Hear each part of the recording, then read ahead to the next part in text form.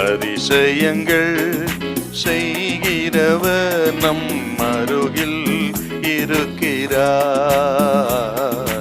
அற்புதங்கள் செய்கிறவர் என்றும் நமக்குள் வசிக்கிறார். யோசுவாவின் புஸ்தகம் 1ஆம் அதிகாரம் 9வது வசனம். நான் உனக்கு கட்டளையிடவில்லையா? நான் உனக்கு கட்டளையிடவில்லையா? பலங்கொண்டு திடமனதாயிரு. பலங்கொண்டு திடமனதாயிரு. திகையாதே கலங்காதே. திகையாதே கலங்காதே. நீ போகும் இடமெல்லாம் உன் தேவனாகிய கர்த்தர். நீ போகும் இடமெல்லாம் உன் தேவனாகிய கர்த்தர் உன்னோடு இருக்கிறார் என்றார். உன்னோடு இருக்கிறார் என்றார். இஸ்ரவேல் ஜனம் 40 ஆண்டுகள் வனாந்தர யாத்திரை செய்து அந்த யாத்திரையின் முடிவிலே மோசே மரித்தார். மோசேயின் ஸ்தானத்திலே கர்த்தர் யோசுவாவை ஏற்படுத்தினார். அந்த யோசுவா இஸ்ரவேல் ஜனத்தை யோர்தானை கடந்து கானான் தேசத்தை அவர்கள் யுத்தம் செய்து அதை பிடித்து இஸ்ரவேல் ஜனத்துக்கு பங்கிட்டு கொடுக்கக்கூடிய மிகப்பெரிய ஒரு வேலை கர்த்தர் யோசுவாவை கொடுத்தார். ஆக அப்படிப்பட்ட ஒரு சூழ்நிலையிலே தான் ஆண்டவர் யோசுவாவை பார்த்து சொன்ன ஒரு மிக முக்கியமான வார்த்தை, நான் உனக்கு கட்டளையிடவில்லையா? பலங்கொண்டு திடமனதாயிரு. திகையாதே கலங்காதே. நீ போகும் இடமெல்லாம் உன் தேவனாகிய கர்த்தர் முன்னோடே இருக்கிறார்.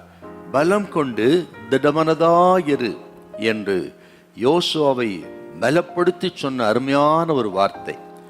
இந்த வார்த்தைகள் திரும்ப திரும்ப இதே அதிகாரத்தில் வரும் பாருங்க. 1ஆம் அதிகாரம் 6வது வசனம், 1:7, இப்போ வாசிக்க கேட்ட 1:9.